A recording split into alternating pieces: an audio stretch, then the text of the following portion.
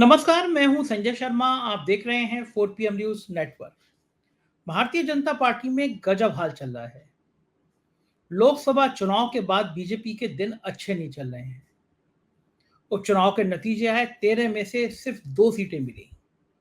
और तब फिर सवाल खड़े होने शुरू हो गए कि क्या अब मोदी जी का चेहरा चुनाव जिताने की गारंटी नहीं बचा। मंथन चल रहा है अलग अलग जगह कि हरियाणा में, महाराष्ट्र में, झारखंड में चुनाव है, क्या वहां भी डिब्बा गोल हो जाएगा। देश के बहुत सीनियर जर्नलिस्ट हैं श्रवण गर्ग जी। एक ऐसे पत्रकार हैं आपातकाल में जिन्होंने जेपी के संग भी काम किया, बहुत बड़े बड़े अखबारों के देश के संपादक रहे, कई किताबें लिखी, बहुत अच्छी कविताएं लिखती हैं, क्रांतिकारी कविताएं लिखते हैं। और जब वो बोलते हैं तो गंभीर चिंतन के साथ बोलते हैं, पूरा देश, पूरी दुनिया उनको सुनती है। मैंने उनसे बातचीत करी, मैंने उनसे समझने की कोशिश करी कि जो उत्तर प्रदेश में घमासान चल रहा है, योगी आदित्यनाथ को हटाने को, केशव मौर्य को लाने को, क्या इसमें कोई सच्चाई है? क्या योगी आदित्यनाथ के खिलाफ एक साजिश की जा रही है?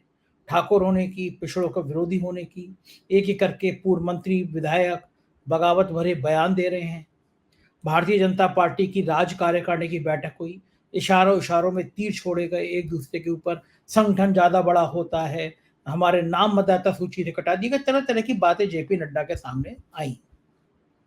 क्या योगी को हटाना आसान होगा? क्या योगी के हटाने से भाजपा मजबूत होगी या भाजपा बिखर जाएगी? और ऐसी साजिशों का होगा क्या? क्या 3 राज्यों के बाद फिर मोदी का चेहरा हटा के किसी दूसरे चेहरे को लाया जाएगा? बहुत दिलचस्प बातचीत है। मैं चाहूंगा कि आप पूरी बातचीत सुने। उससे पहले आपसे अनुरोध करूंगा कि चैनल को ज्वाइन और सब्सक्राइब करें, नीचे बटन है। और जरूर बताएं कि बातचीत कैसे लगी। चलते हैं श्रवण गर्ग जी के पास। 4 PM न्यूज नेटवर्क में बहुत बहुत स्वागत है आपका श्रवण गर्ग जी। राजनीति का बहुत लंबा अनुभव है आपको, और इस समय हम देश की और खासतौर से उत्तर प्रदेश की राजनीति की आज आपसे चर्चा करना चाहते हैं। लोकसभा चुनाव के बाद ये जो 13 उपचुनाव के नतीजे आए हैं, उसने पूरा सीन सा बदल दिया। और एक बड़ा सवाल ये खड़ा हो रहा है कि अब हरियाणा है, महाराष्ट्र है, उसके बाद झारखंड है। और जो आज के हालात हैं, तीनों बीजेपी के हाथ से निकलते हुए दिख रहे हैं। अब ये चर्चा शुरू हो गई है कि क्या अगर ये तीनों राज्य चुनाव बीजेपी हारती है, तो क्या ये साफ हो जाएगा कि नरेंद्र मोदी का चेहरा अब चुनाव जिताने वाला नहीं रहा? इन हालातों में क्या प्रधानमंत्री इस्तीफा दे सकती हैं? पार्टी के अंदर विद्रोह हो सकता है? बीजेपी का भविष्य कैसा देख रहे हैं आप? देखिए, मैं दो तीन चीजें बहुत जो मेरे दिमाग में है मैं आपको बताना चाहता हूं। नरेंद्र मोदी के अलावा बीजेपी के पास कोई चेहरा नहीं है। अगर कोई कहता है कि चेहरा है तो वो गलत कहता है। मतलब चेहरे से मेरा मतलब है कि एक ऐसा व्यक्ति जिसकी अखिल भारतीय स्तर पर स्वीकार्यता हो और जिसको उत्तर से दक्षिण तक, मतलब तमिलनाडु, केरल तक लोग जानते हों और पूरब से पश्चिम तक जिसको जानते हों, जिसका चेहरा परिचित हो। इसलिए मैं एक तो इस गलतफहमी से मैं रहता नहीं हूं कि वो नरेंद्र मोदी के अलावा कोई चेहरा है। उसका बुनियादी कारण ये है कि नरेंद्र मोदी ने किसी चेहरे को पैदा होने ही नहीं दिया। नरेंद्र मोदी के काम करने का तरीका ये है कि गुजरात में भी उन्होंने अपना कोई विकल्प नहीं बनने दिया और दिल्ली आ गए गुजरात छोड़ के, तो भी उन्होंने वहां कोई विकल्प नहीं बनने दिया। तो नरेंद्र मोदी का जो काम करने का तरीका है वो बहुत ही तानाशाही पूर्ण तरीका है कि उनके अलावा कोई दिखता नहीं है, होना नहीं चाहिए। और इसीलिए उन्होंने पिछले 10 सालों में जो जो उनके लिए चुनौती बन सकते थे सबको समाप्त किया। मध्य प्रदेश में शिवराज सिंह को खत्म कर दिया उन्होंने। अब ये शिवराज सिंह को जो सम्मान दे रहे हैं वो मजबूरी के कारण दे रहे हैं। वो जब मध्य प्रदेश में नेता का चुनाव होना था विधानसभा के विधायक दल के, या चुनाव के बाद जिस तरह से शिवराज सिंह को अपमानित किया गया, चुनाव प्रचार के दौरान किया गया, वो अपने आप में एक बड़ी कहानी है। तो इसलिए एक तो आपका ये सवाल है कि नरेंद्र मोदी का कोई विकल्प है क्या, पहला तो ये। दूसरा मेरा ऐसा मानना है कि 2029 तक मैं कोई, ये जो वर्तमान सरकार है इसको कोई चुनौती नहीं मानता हूं। ये नहीं मानता हूं कि ये चली जाएगी, ये कमजोर होगी और लगातार कमजोर होती जाएगी।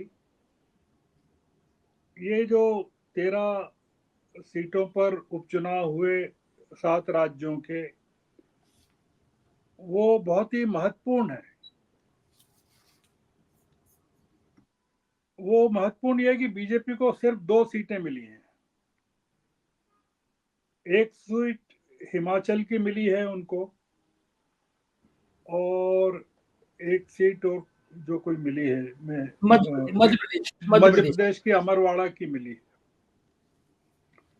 अमरवाड़ा की सीट को मैं कोई उपलब्धि नहीं मानता, और हिमाचल की सीट जो मिली है शायद हमीरपुर की मिली है, उसको भी कोई मैं बिल्कुल। उपलब्धि नहीं मानता। मैं उपलब्धि कुछ अलग मानता हूं। अलग ये मानता हूं कि लोकसभा चुनाव में हिमाचल की सारी सीटें बीजेपी को मिल गई थी, 4 की 4, 5 की 5, 4 की 4 सीटें।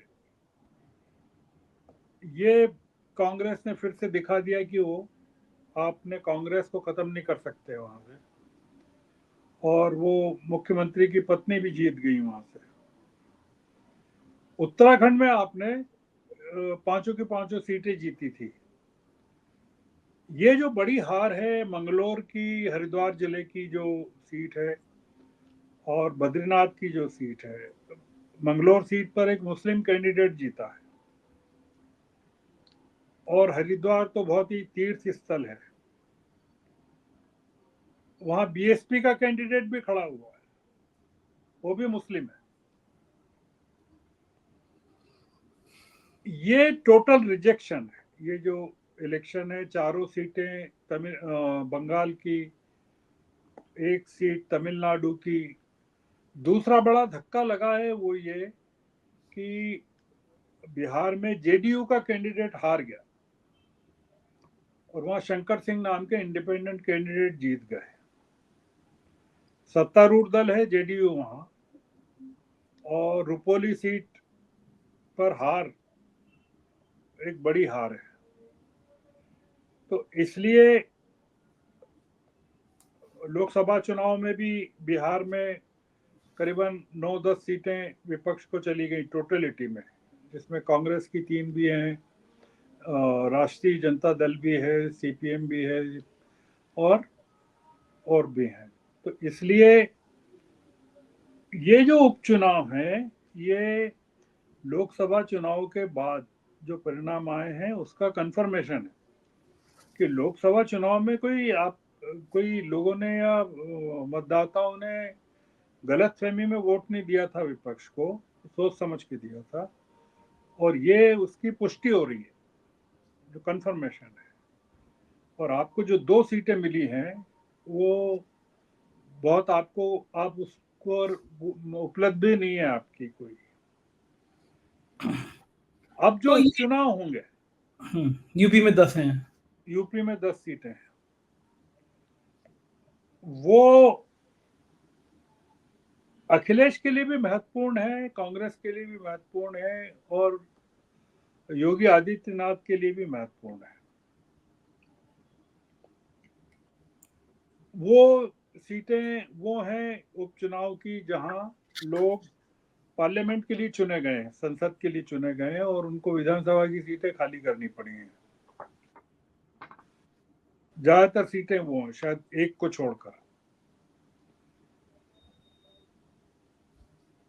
उत्तर प्रदेश इंपॉर्टेंट है, और अखिलेश के लिए भी चुनौती है, और बाबा के लिए भी चुनौती है कि वो, क्योंकि ये उत्तर प्रदेश की 10 सीटें के चुनाव इस लाइट में होंगे कि योगी आदित्यनाथ आगे रहें कि नहीं रहें। इसमें एक जो उल्लेखनीय पेज कई बार रहता है वो ये रहता है कि अगर केंद्र तय कर ले कि बाबा को हटाना ही है और हार का ठीकरा फोड़ना है, तो कई बार ये भी होता है कि कुछ सीटें जानबूझ करके भी हारी जाती हैं या अपने ही कैंडिडेट्स को हराया जाता है। मतलब किसी बड़ी उपलब्धि के लिए छोटी चीजों का त्याग किया जाता है। मतलब ये राजनीति में होता है कि बीजेपी का आला कमान,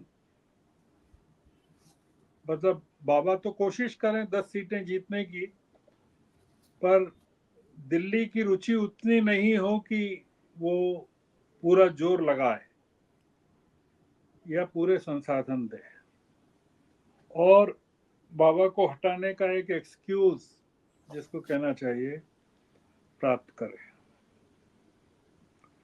तो ये मेरा थोड़ा सा एक एनालिसिस है। शिवर जी, आज बीजेपी की कल लखनऊ में राज्य स्तर की जो मीटिंग है उनकी प्रदेश कार्यकारिणी की बैठक हुई।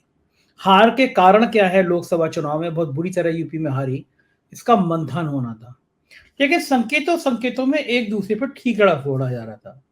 केशव प्रसाद मौर्य ने कहा कि संगठन इंपॉर्टेंट है। कुछ कार्यकर्ताओं ने कहा कि हमारे मतदाता सूची से नाम कटवाए गए।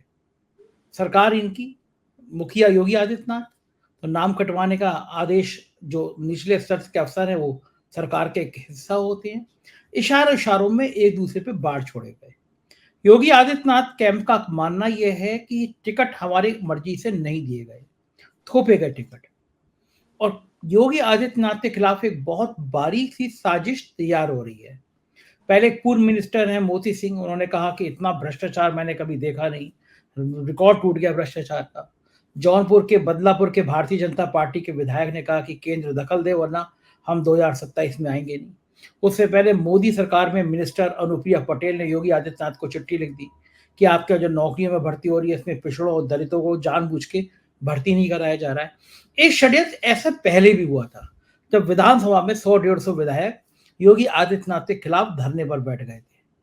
लोग ये मान रहे हैं, पॉलिटिकल खेमे में चर्चा है, ब्यूरोक्रेसी में चर्चा है, कि योगी आदित्यनाथ के खिलाफ फिर वैसा ही माहौल बनाने की प्लानिंग की जा रही है कि विधायक इकट्ठे हों किसी मुद्दे पर और 50-100 विधायक इकट्ठे होके बैठ जाएं कि हमें नहीं स्वीकार है। और इस स्थिति में दिल्ली कहे योगी जी से कि आप संभालो इन विधायकों को। और ये बात सब जानते हैं, चूंकि विधायकों के मन के काम नहीं हो पाते। ये बात भी सही है कि नौकरशाही बहुत बुरी तरह से हावी है। और तब प्लानिंग है कि उत्तर प्रदेश में अगर 50-100 विधायक नाराज हो गए तो योगी आदित्यनाथ मैनेज नहीं कर पाएंगे क्योंकि विधायक उनके साथ नहीं है। ऐसी स्थिति में योगी आदित्यनाथ से कहा जाता है कि आप दिल्ली आ जाइए, शिफ्ट हो जाइए, और योगी आदित्यनाथ दिल्ली नहीं जाएंगे। ये भी उनके नेचर को जान देखकर सब मानते हैं।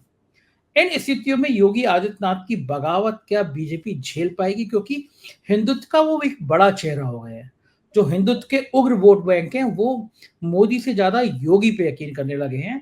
उत्तर प्रदेश में एक बड़ी हार का कारण ये भी है कि एक ये बात बड़ी प्रचारित हो गई थी कि जीते 300 सीटें आई तो योगी को हटा दिया जाएगा। ठाकुर समुदाय के लोगों ने वोट नहीं किया, काफी सारे ऐसे लोग जो योगी को सपोर्ट करते थे उन्होंने वोट नहीं किया। तो आपको लगता है कि योगी आदित्यनाथ के खिलाफ ये जो षड्यंत्र चल रहे हैं, इस तरह ऊंची जाति की बात कह के किसी पिछड़े या दलित को सीएम बनाने की जो चर्चाएं चल रही हैं, इनमें कोई दम होगा? और क्या योगी आदित्यनाथ को छेड़ा गया तो बीजेपी कुल्हाड़ी पे पैर नहीं दे मारेगी, या फिर आसानी से ये फायदेमंद रहेगा बीजेपी के लिए, क्योंकि अब 2-2.5 साल बाद उत्तर प्रदेश में चुनाव की पूरी तैयारी शुरू हो जाएगी। 2027 में यूपी में चुनाव है। देखिए, उत्तर प्रदेश में मैंने मोती सिंह जी का वीडियो देखा, मैंने अनुप्रिया पटेल की चिट्ठी देखी।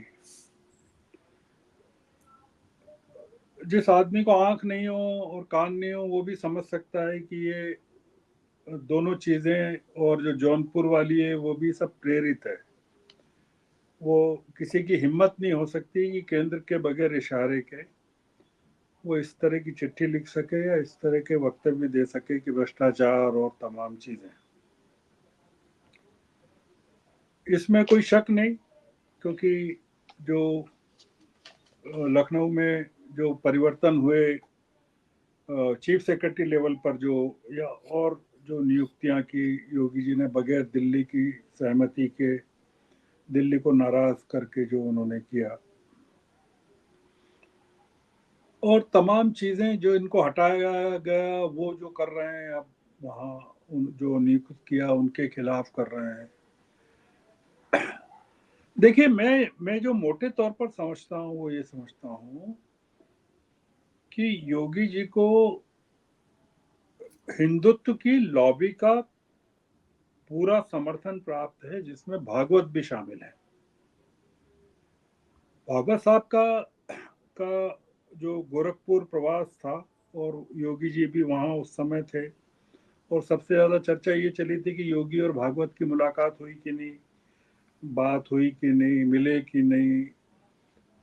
और फिर ये सुना गया कि भागवत साहब ने योगी जी को बुलाया नहीं मिलने के लिए। ये तमाम बातें हुई। मेरा ऐसा मानना है कि योगी और भागवत को मिलने के लिए कोई ज़रूरत नहीं है। वो वीडियो कॉन्फ्रेंसिंग कर सकते हैं, जूम पे बात कर सकते हैं, फोन पे बात कर सकते हैं। मुद्दा केवल ये है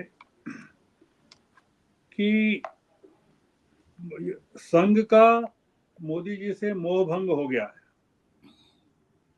और ये काफी पहले हो चुका है।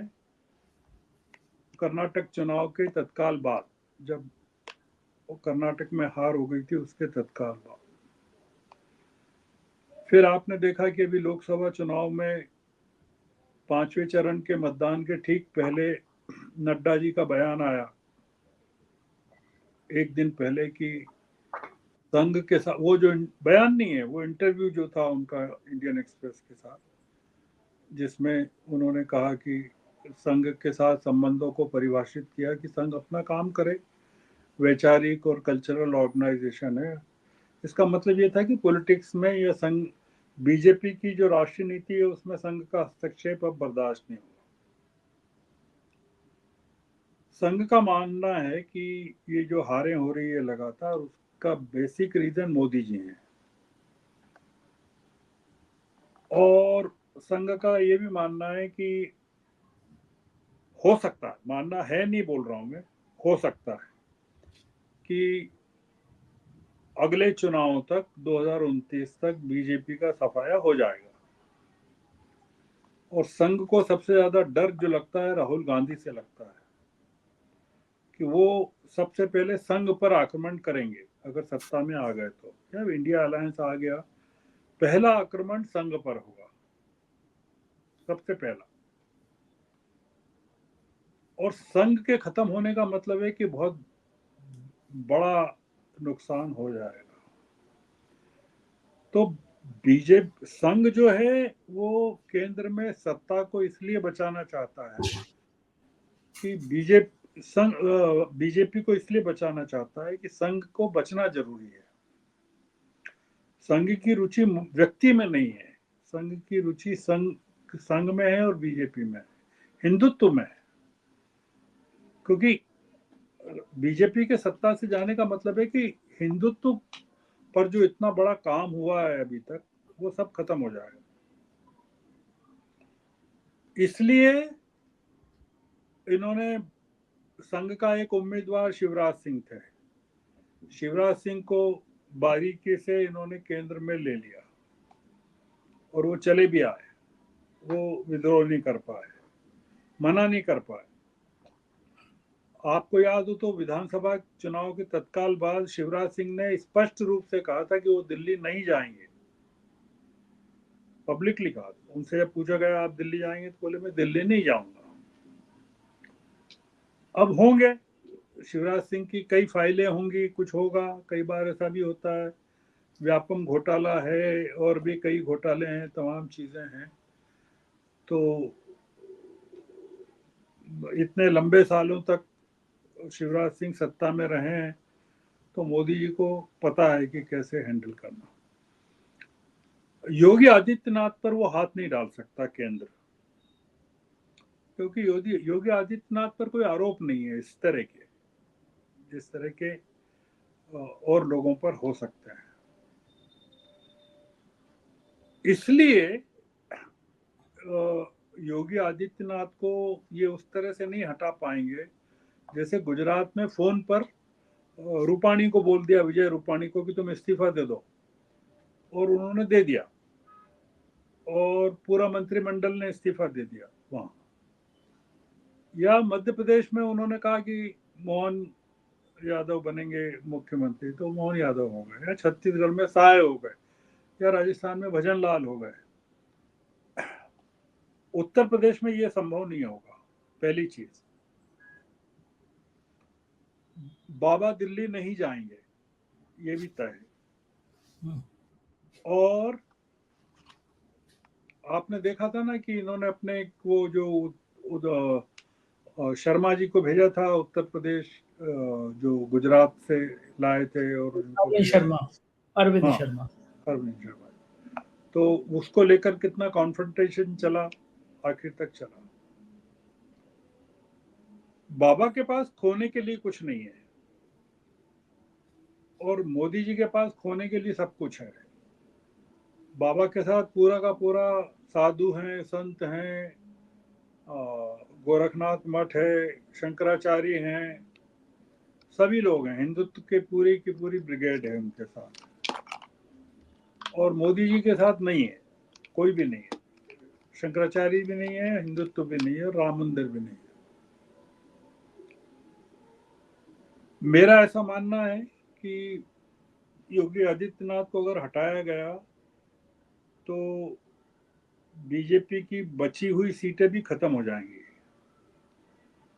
क्योंकि जो बचा है उत्तर प्रदेश में वो बाबा के कारण बचा है,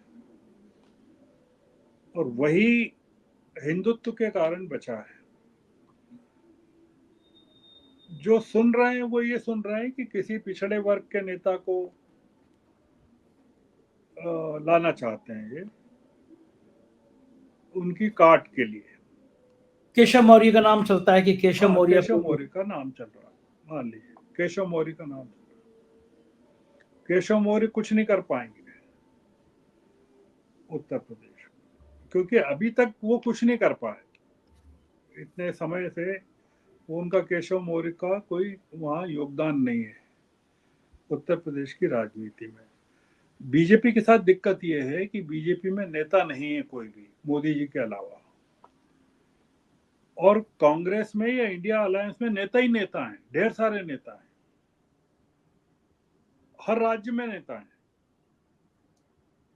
प्रत्येक, मतलब अगर नेता नहीं है इंडिया अलायंस में, केवल और केवल मध्य प्रदेश में नहीं है, छत्तीसगढ़ में नहीं है। भूपेश बघेल ने थोड़ा लेट डाउन किया है, पर वहां मुझे लगता है कि जो सिंहदेव साहब हैं, जो हेल्थ मिनिस्टर थे, उनको अगर मौका दिया जाएगा तो वो, उनकी छवि भी है, इमेज भी है, और वो अच्छे नेता भी हैं। गुजरात में अभी शक्ति सिंह काफी बढ़िया काम कर रहे हैं, शक्ति सिंह गोहिल। उत्तर प्रदेश में तो आप देखिएगा कि प्रियंका और राहुल दोनों ही हैं, अखिलेश हैं, अजय सिंह हैं। बहुत बड़ी टीम हो गई है उत्तर प्रदेश में इंडिया अलायंस के पास। तो ये उत्तर प्रदेश में राहुल का जो रिटेन किया उन्होंने रायबरेली, उसका बेसिक रीजन ये है कि अखिलेश और राहुल मिलके ये पूरा का पूरा उत्तर प्रदेश इस बार निपटाने वाले हैं। तो उत्तर प्रदेश के घाटे को ये उत्तर प्रदेश से पूरा नहीं कर पाएगी बीजेपी, इनको और कहीं से पूरा करना पड़ेगा। पीके जो हैं प्रशांत किशोर, उनका जो बहुचर्चित इंटरव्यू है जो वायर के हमारे करण थापर के साथ, उसमें उन्होंने एक महत्वपूर्ण बात कही थी, और वो ये बात कही थी चुनाव के पहले कि बीजेपी को कम से कम 50 सीटों का नॉर्थ से नुकसान होगा, नॉर्थ और वेस्ट से। और वो हुआ। टोटल में कितनी सीटें, 63 सीटें गई। तो वो उनका अनुमान सही था कि 50 सीटों, पर उनका एक गणित गलत हो गया। उन्होंने कहा कि इन सीटों की जो भरपाई है वो ईस्ट से और साउथ से हो जाएगी, वो नहीं हुई कि दक्षिण भारत से हो जाएगी। उनको उम्मीद थी कि तमिलनाडु, केरल, कर्नाटक और तेलंगाना, आंध्र, उड़ीसा से इतनी सीटें मिल जाएंगी कि इनका यहाँ से जो नुकसान होगा वो भरपाई हो जाएगी। बीजेपी को पता था कि उत्तर प्रदेश में गड्ढा हो रहा है। उत्तर प्रदेश का गड्ढा जो अब हुआ है, जो अखिलेश ने पैदा किया है, वो भर नहीं पाएगा। और बीजेपी के पास गड्ढे भरने के लिए अब जगह नहीं है।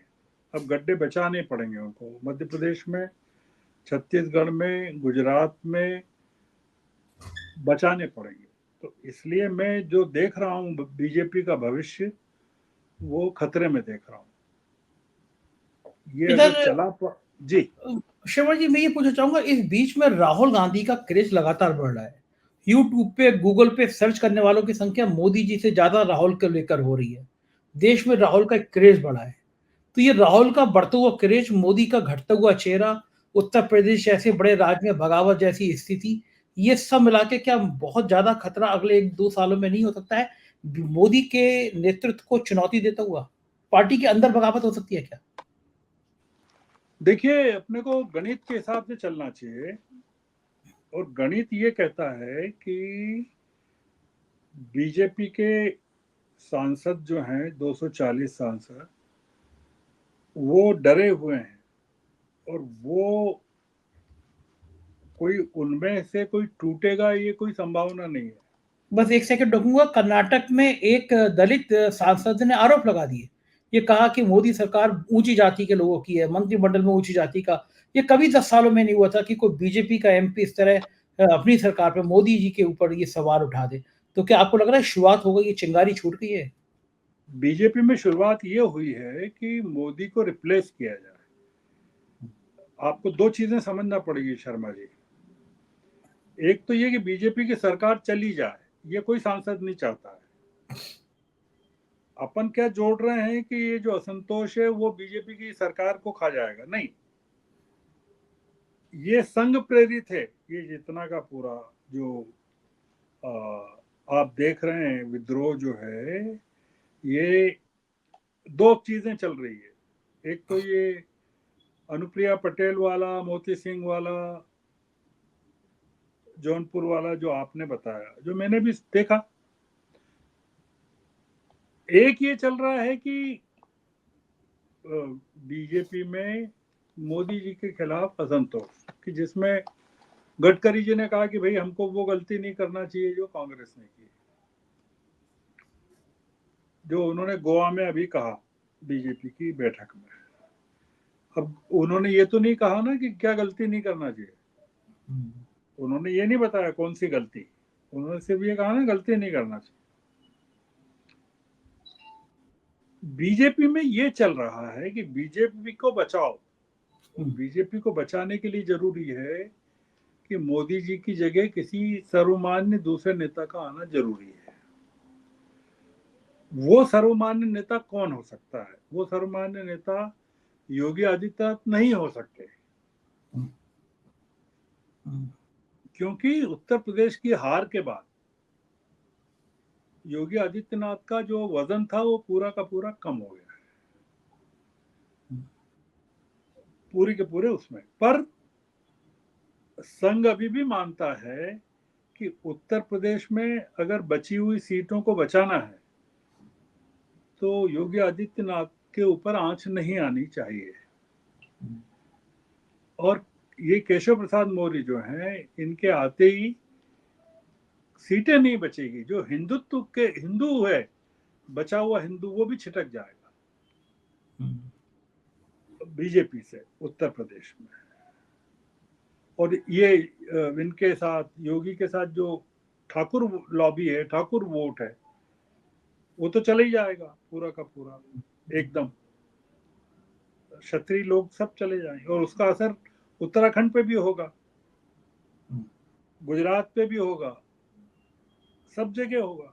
कोई वो मतलब बाबा गोरखनाथ मठ के हैं, और गोरखनाथ मठ का जो पूरा मामला है वो अलग किस्म का है।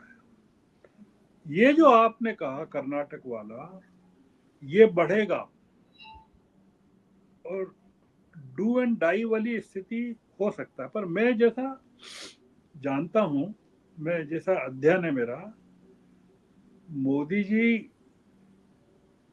चीजों को जितना कोशिश होगा आगे धकाएंगे, टालेंगे चीजों को। और वो इसीलिए जो एक चर्चा चलती है, उसमें सच्चाई कितनी मैं नहीं जानता, कि मोदी जी का नेता के रूप में चयन बीजेपी के संसदीय दल में नहीं होगा, हाँ, एनडीए में होगा। एनडीए में होगा। तो उसके पीछे एक चर्चा ये कि बीजेपी में अगर होता तो शायद कोई और भी कॉन्टेस्ट करने के लिए खड़ा हो जाता। एक ये है।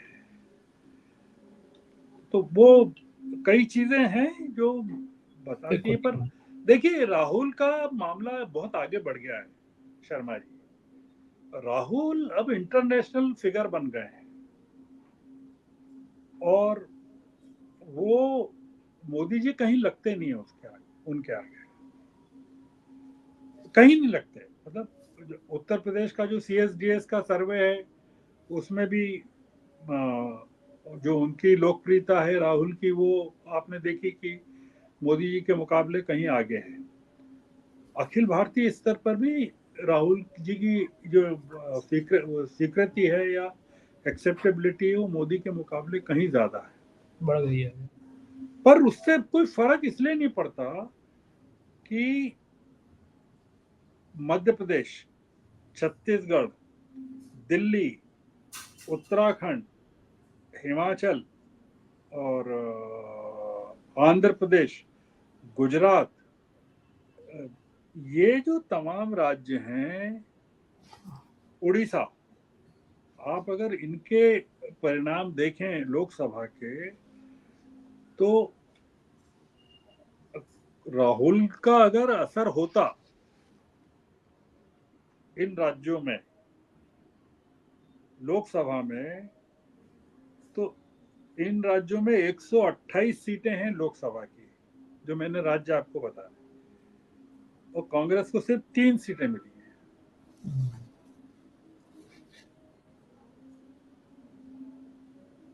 और यूपी, वेस्ट बंगाल, बिहार और महाराष्ट्र, ये 209 सीटें हैं। यहाँ कांग्रेस को 23 सीटें मिली है कुल। अब आप 209 और 128 गिन लें तो 337 होती है, और 337 में कांग्रेस को 26 सीटें मिली हैं। सही बात है। तो राहुल व्यक्ति और कांग्रेस एज ए संगठन, हम क्या गड़बड़ कर रहे हैं कि राहुल को संगठन भी मान रहे हैं। बिल्कुल ठीक आकलन है आपका। राहुल संगठन नहीं है, वो व्यक्ति के रूप में, जैसे आज राष्ट्रपति प्रणाली हो भारत में, प्रेसिडेंशियल फॉर्म ऑफ गवर्नमेंट हो, तो राहुल एक झटके में राष्ट्रपति या प्रधानमंत्री बन जाएंगे, जो स्थिति किसी समय मोदी को लेकर थी। मोदी को थी, हाँ। पर आप अगर देखें कि ये जितने राज्य मैंने बताए, कि ये 12-13 राज्यों में जो कांग्रेस का परफॉर्मेंस है, उसका बेसिक रीजन ये कि इन राज्यों में कांग्रेस के पास लीडरशिप नहीं है। हाँ, वो मजबूरी संगठन की है, संगठन को मजबूत होना। वेस्ट बंगाल में अधीर रंजन भी हार गए, जो लोकसभा में विपक्ष के नेता थे। ठीक बात है, बिल्कुल सही बात है।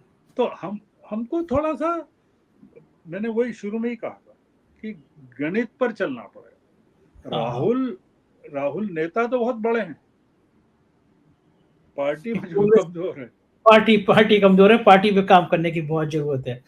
बिल्कुल बिल्कुल, बहुत-बहुत शुक्रिया श्रवण जी, आपने इतना समय दिया, हमको राजनीति की बहुत सारी बातें समझाई। आभार, थैंक यू। तो ये थे श्रवण गर्ग जी और आप सुन रहे थे सारी बातचीत। मुझको यकीन है कि एक योग्य और एक काबिल पत्रकार ने जो बातें कही वो आपको बहुत अंदर तक समझ आई होंगी। मैं जानना चाहता हूँ कि आपको बातचीत कैसे लगी?